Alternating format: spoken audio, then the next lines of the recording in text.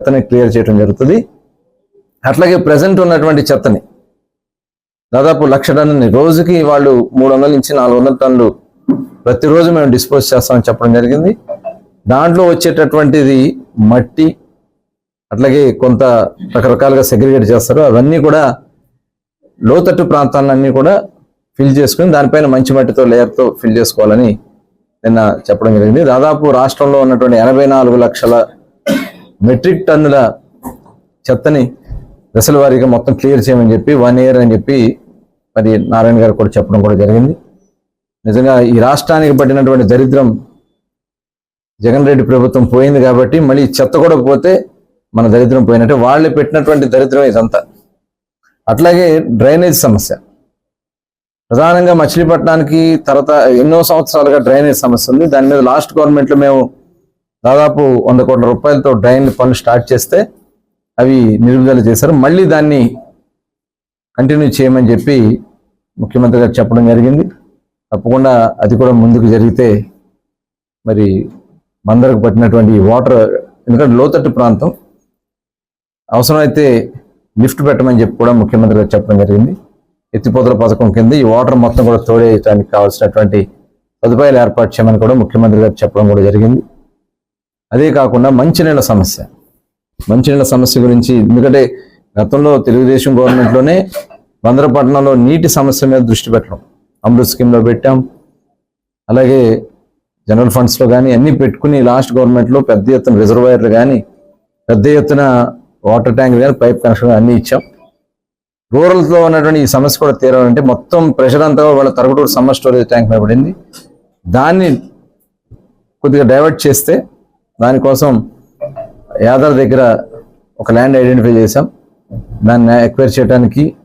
అలాగే మనకి మంగినపూడి సైడ్ కూడా ఒక ల్యాండ్ కావాలని అడుగుతుంది జరిగింది. ఈ 2 ల్యాండ్స్ కూడా ఎక్వైర్ చేయడానికి కావాల్సినటువంటి కార్యక్రమాలు చేయమని చెప్పడం జరిగింది. ఏదైతే మనకి జలజీవన్ మిషన్ కింద 220 కోట్లు, దగ్గర 210 కోట్లు శాంక్షన్ అయి ఉన్నాయి. దానికి కావాల్సినటువంటి కార్యక్రమాలన్నీ కూడా ఇమీడియట్గా టెండర్లు చేసి టేకప్ చేసి చేయమని చెప్పడం కూడా జరిగింది. అదే కాకుండా మరి ముఖ్యంగా మనకున్నటువంటి ప్రధానమైనటువంటి వనరులు, ఇక్కడ ఉపాధి కలగడానికి అవకాశం ఉన్నటువంటి మచిలీపట్నం బీచ్ని ఒక సర్క్యూట్ టూరిజం కింద, ఏదైతే ఇవాళ స్వదేశీ దర్శన్ స్కీమ్ కింద కేంద్ర ప్రభుత్వం దాదాపు వాళ్ళు 150 కోట్ల వరకు కూడా ఇవ్వడానికి అవకాశం ఉన్నటువంటి ఈ స్వదేశీ దర్శన్ స్కీమ్ కింద మరి దీనికి పెట్టాలని చెప్పి మేము రిక్వెస్ట్ చేసినప్పుడు తప్పకుండా చేద్దాం అని చెప్పి ముఖ్యమంత్రి గారు చెప్పడం. నిజంగా రేపు రాబోయే కాలంలో మంగినపూడి బీచ్ కానీ, బ్యాక్ వాటర్స్ కానీ, ఎకో టూరిజం కానీ, అట్లాగే హంసల్ దీవి కానీ, అలాగే బుద్ధ విహార్ మనకి ఏదైతే ఘంటసాల దగ్గర ఉందో ఇవన్నీ కూడా ఒక సర్క్యూట్ కింద చేస్తే అటు పెద్దపట్నం వరకు మొత్తం మనం డెవలప్ చేస్తే ఒక టూరిజం ద్వారా కొన్ని దేశాలే నడుస్తున్నాయి.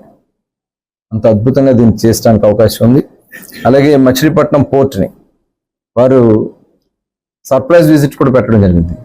ఉన్న దాంట్లో లేదు, బస్సు ఎక్కి పోర్ట్ దగ్గర పోనండి అని చెప్పి అది చెప్పేటప్పుడు ఒక్కసారి అధికారులందరూ కూడా ఒకసారి ఉలిక్కిపడ్డారు. పోలీస్ అధికారులు కానీ, కలెక్టర్ గారు కానీ, రెవెన్యూ అధికారులు కానీ అందరూ ఉలిక్కిపడ్డారు. వారు అక్కడికి వెళ్ళి స్వయంగా చూసి అక్కడ ఉన్నటువంటి అన్నీ కూడా ఇమ్మీడియట్గా కరెక్ట్ చేయమని చెప్పి దాన్ని ఇమ్మీడియట్గా 2025 డిసెంబర్ నాటికల్లా బందరు పోర్టుని ప్రారంభోత్సవం చేసుకోవాలని చెప్పి ముఖ్యమంత్రి గారు చెప్పడం కూడా జరిగింది. అదే కాకుండా మనకి ఇన్లాండ్ వాటర్ వేస్ కూడా డెవలప్ చేద్దాం. ఇన్లాండ్ వాటర్ వేస్ కింద ఏదైతే అమరావతి నుంచి డైరెక్ట్ పోర్టుకి రావడానికి మనకున్నటువంటి బందర్ కాలువని ఉపయోగించుకుని అవసరమైన దాన్ని వైడెన్ చేసి డైరెక్ట్గా అమరావతి నుంచి ఏదన్నా ట్రాన్స్పోర్ట్ చేయాలంటే డైరెక్ట్ ఇక్కడ వరకు ఏదైతే మన గిలకలదిండి మీదుగా అవసరమైతే మరొక కెనాల్ని ఆల్రెడీ ఉంది, క్యాంబెల్లిపేట వరకు ఆల్రెడీ కెనాల్ ఉంది, క్యాంబెల్లిపేట నుంచి దాన్ని కనెక్షన్ చేసుకుంటే డైరెక్ట్ పోర్ట్కి కనెక్టివిటీ వస్తుంది. ఎక్స్ప్లెయిన్ చేయడం కూడా వారు అడిగారు, వారే స్వయంగా కృష్ణా నది ఎటు నుంచి వస్తే ఎట్లా వెళ్ళాలంటే వారికి ఇలా చెప్పిన వెంటనే ఇమీడియట్గా దాన్ని కూడా టేకప్ చేద్దాం అని చెప్పి వారు చెప్పడం కూడా జరిగింది.